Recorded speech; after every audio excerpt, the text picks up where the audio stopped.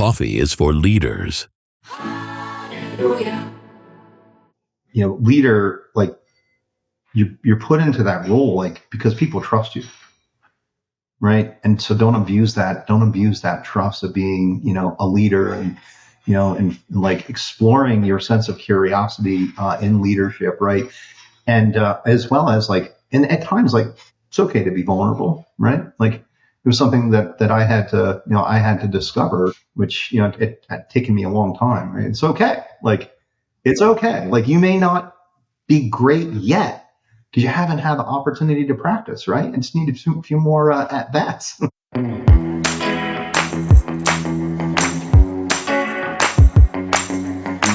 Dave, thank you so much for coming on the show. It's an honor to have you. You're the CEO of Solutions by Text.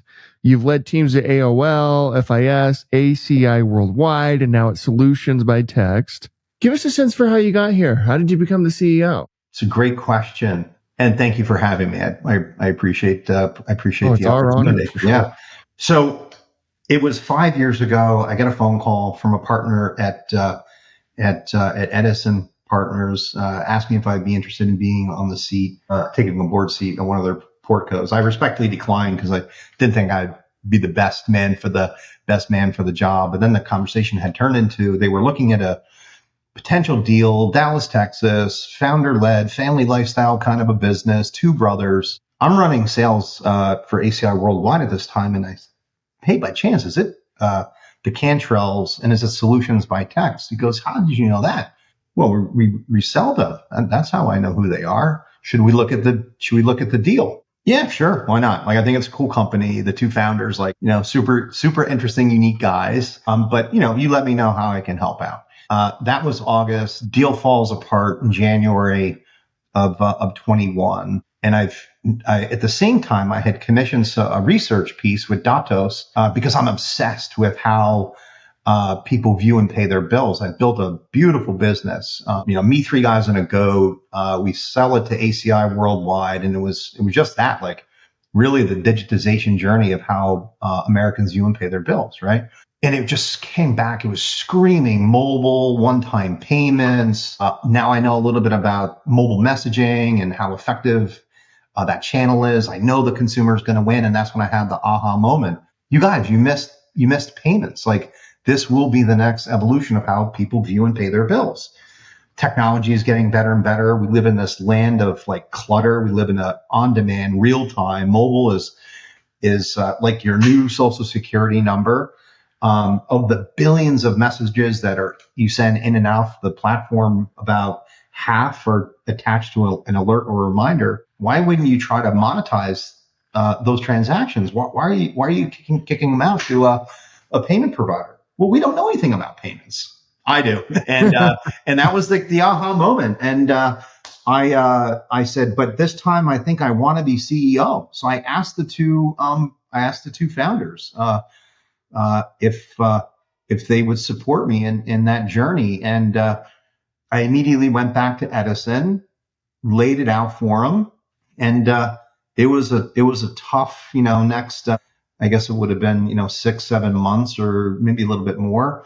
And I had to not only convince the brothers to sell their business, I had to convince the CEO to take an individual contributor role. I had to convince Edison to give me a shot because I was the quintessential sales leader, right? Storyteller. And so I had to convince them to, empower me to be first-time CEO. And that's how I got to where I am. But I'll tell you something, like, I'm like 2 months into the job, and it was family lifestyle kind of a business. And I thought to myself, oh boy, what did you do?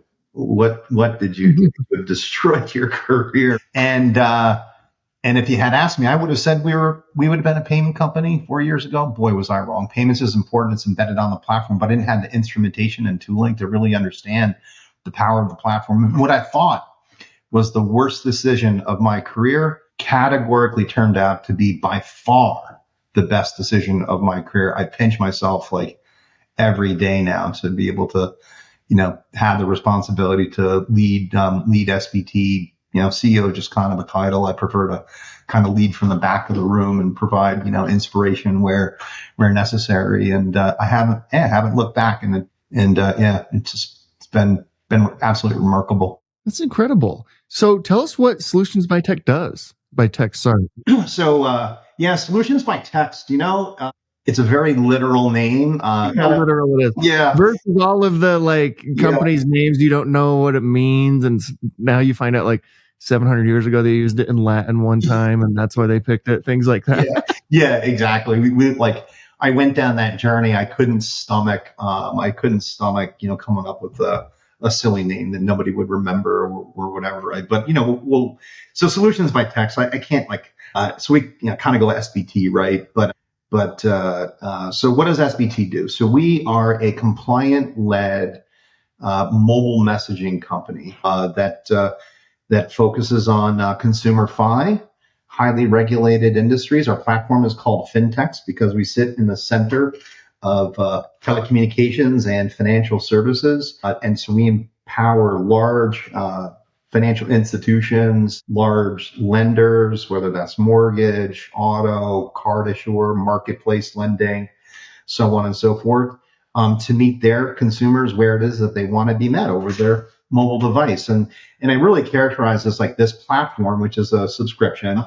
We do, as I said, we lead with compliance, but we're really this orchestration layer for in and outbound messages. So I go back, the company Text, very literal, but there's a myriad of ways to meet consumers, whether that's rich communication services, end-to-end encrypted, right, verified by Google, MMS, SMS, iMessage, WhatsApp, on and on and on, right? And so that's what we do, and we just we obsess about use cases, we obsess about compliant templates, we think about how the AI journey is really empowering us to, provide compliant in and outbound messages in a world of real time and on demand. And that's what we do. We're mobile messaging company, lead with compliance, niche down, focus in consumer today.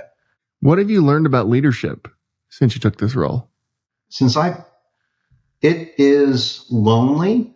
As they say, right? It's lonely being CEO. I found in order to be a great learner, I had to go on a journey and really lean into resources around me. That was the first thing I learned about being CEO.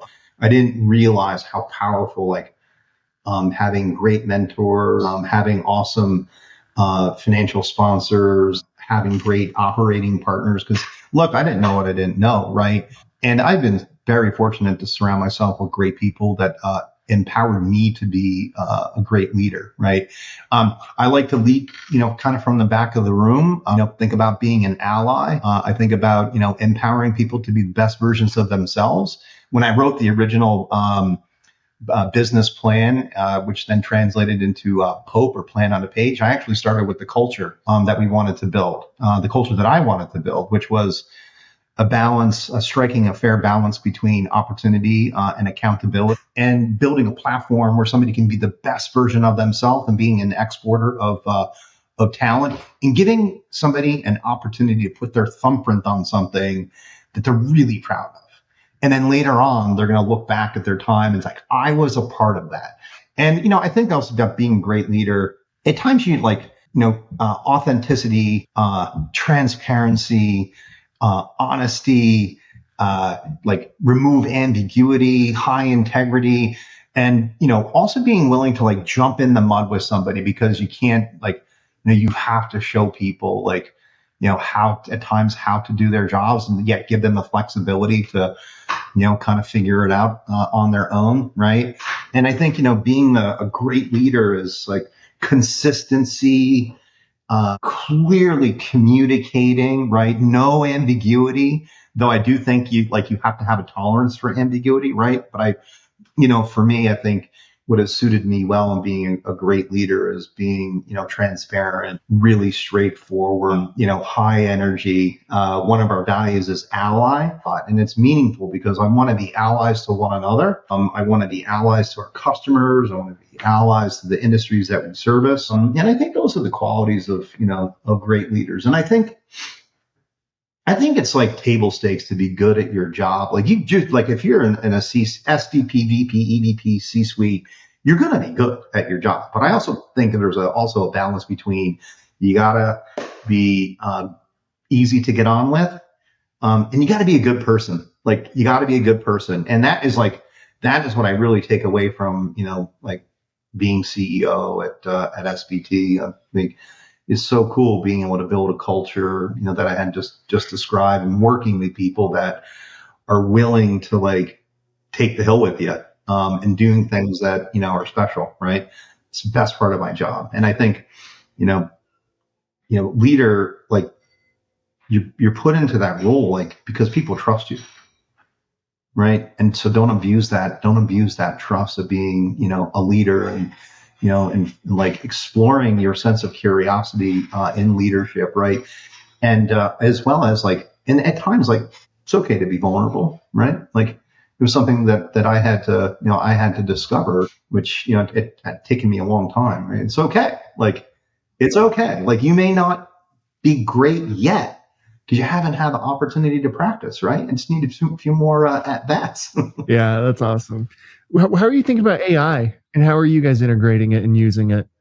Yes. So I said we lead with compliance. So a few things in real time, we're monitoring in and outbound messages to ensure that those messages are compliant with the myriad of laws and regulations and the code of conduct from the carriers. So these landscapes are very difficult to traverse.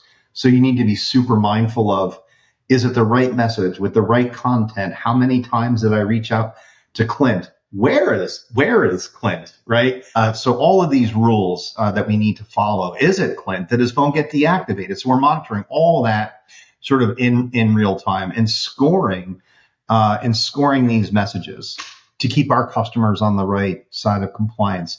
We also leverage large language modeling to figure out like intent of an inbound message. So when somebody is writing back, and if they're, we have intent for, taking people out of messaging, or how do we then empower somebody to self-cure their debt, or make a payment, or have conversational commerce driven through AI? How are we thinking about like, what are we doing to think about effectiveness of those templates and use cases? Like, as I said, 5 years ago, I said we would have been a payment company. Boy, was I wrong. So we leverage all of the tools and instrumentation around us. And we think about, how does somebody open a loan, service a loan, market new product and services from a bank, handle the specificity of billing and collections, and really all of those verifiable outcomes, right? So I think AI, we have very specific things that we do for use cases. And I honestly think like with agentic, like we're just scratching the surface of having good, like empowering our customers to have good conversations that pay off. We enable them to like get it right because compliance matters, get the reach because, that was my aha moment, right? Like, it's the most effective and efficient channel, right? And then get the results. We think about the verifiable outcomes, and we want our customers to extract extreme value off of our platform, right? Higher conversion rates, lowering your costs to acquire a customer, having better customer satisfaction. If you think about, customers have choice. And Millennial and Gen Z, they are acquiring more debt than any other generation. 50% of Gen Z and Millennial, they will leave. They will absolutely leave their financial institution if the financial institution does not text with them. So I think about like good conversations and, self-service. That's what I think. And I think we're just, I think we're kind of scratching the surface there. What does a typical day look like for you? I start my days pretty early. I like to get caught up early in the morning when nobody is up. So I like to have a little quiet time to myself, kind of catch up on my reading. I like to kind of set myself up for success for the day, really thinking about where I'm going to make the biggest impact, right? I do not attend meetings if there's not an agenda. No agenda, no attenda, as I say. And I like to go. I don't go to meetings if there isn't a decision to be made. So I'm very protective of my time. And so typical day. I start really early. I try to take a couple calls, like while I'm walking, to just get some clarity and get the blood moving. Right. Family time is super important to me. Kind of at the end of the day. I find myself. I like to. Yeah, I mean, I do like to work. Yeah, that's awesome. I do. Yeah, it's like, it's funny. I was like talking about this balance of kind of obsessed with SVT, right? And you kind of have to be if, I think it's okay. So but I am very careful with my time. I go to meetings, only decisions. I know when it's time to shut off and spend time with the family, right? And because look, I'm trying to build something great that hopefully I can, leave something for somebody behind. Yeah, that's so incredible. there's like kind of a typical day, right? But then there's also a lot of baseball, a lot of lacrosse, a lot of basketball. Very involved in my community, and so I'm coaching or I'm helping out where I can. Because I think that's I just want to for me it's like. Family is always number one. Number two is my belief system kind of keeps me grounded, right? And then number three is work. And I'm pretty obsessed with work. So imagine how obsessed I am with my family and community and in my belief system. I think it's like it really makes me a better person. And then you balance it with as I said earlier, integrity, honesty, right? Transparency. Yeah. Yeah, that's great, man. What do you read? What reading recommendations would you have for us? Right now, I'm reading Dare to Lead. It's funny you ask about leadership, right? I'm reading a book, Dare to Lead. We actually have a book club at SVT.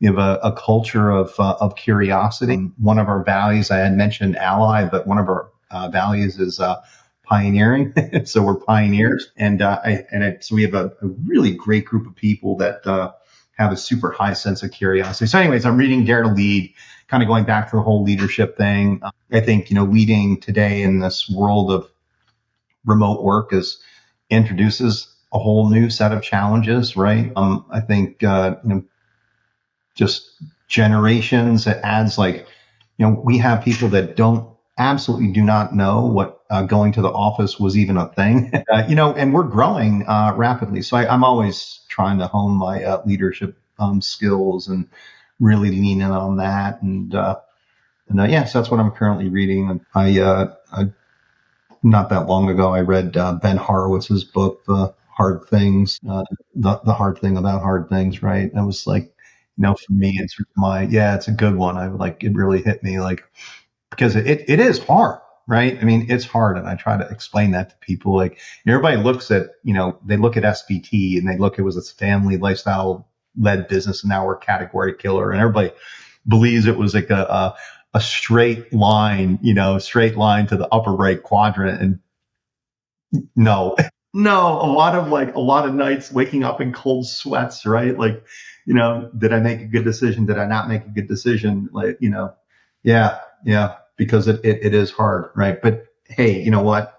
That's the fun part, right? Yeah, that's the fun part. If it were easy, that it wouldn't be fun if it was easy, Yeah, no question about that. Yeah, there's a life lesson in there. So for sure, that sounds right. Finally, we end every interview with the same question. And that is at CEO.com, we believe the chances one gives is just as important as the chances one takes. When you hear that, who gave you a chance to get you to where you are today? Gosh, I don't think it was actually one single person. A couple really stuck out to me when I was at FIS. I had a chance to build a business inside of a business and help expand a business unit internationally for FIS. That was a guy named Mike Bush. And of course he gave me the job and a couple months later he retires, right?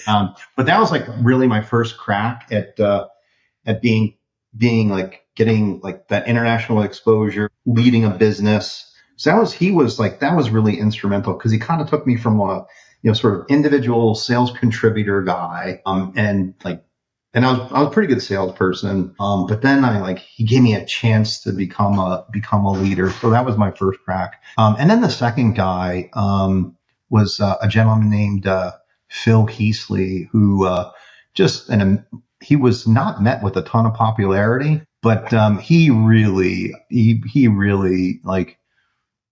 helped me out. Not only with his time and mentoring, and I would say he gave me way more responsibility than I probably deserved.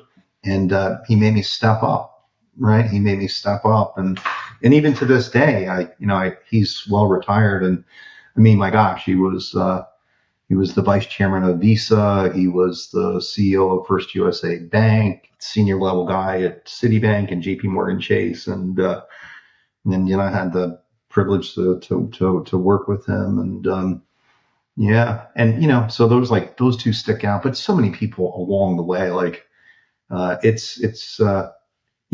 attribute actually all of my success to the people that put me in spots or supported me or saw something perhaps that I didn't, see in myself. And of course, my biggest rock star, my family, if I definitely wouldn't be able to have the inspiration, right?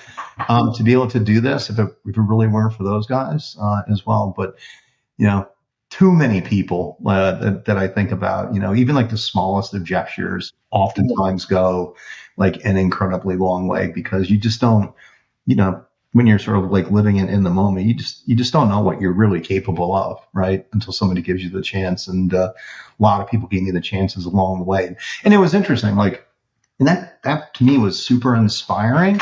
And I had a manager once said, I never wonder if you're working because you are so hard on yourself. You're so hard on yourself that I trust you implicitly. And, and he's like, you just want to ensure that, you're going to make me look good. I'm like, yeah, you're right. And I think that having that frame of mind, has really suited me well. Give to Get. Another great book, by the way. Yeah, that's a good book. Yeah. I'm a big believer in it. I'm a big believer in it. Right. And, I wish I knew that sooner. I wish I knew it sooner. It somehow all works its way out. I did not know that in my 20s, but it worked itself out. Right. It does. Yeah. That's awesome. Dave, thank you so much for coming on the show. It means a lot to have you. Congrats on all your success. I mean, I had a million other questions for you. We could have you come back and talk all day. Really appreciate you coming on here, Dave. Yeah. Hey, thank you very much, Quint. I really appreciate the opportunity. Obviously, I'm a storyteller. I love to tell the story, but more importantly, I participate, in our finance, our sponsors, and I love getting together with other CEOs. Even though we're trying to solve different problems, we all kind of have the same problems, and it's just great to that you do this. And I'm really thankful to share my story and hear others' stories. And I think we're all just trying to get better at being better. Yeah, I think that's right. Thanks, Dave. Really appreciate it.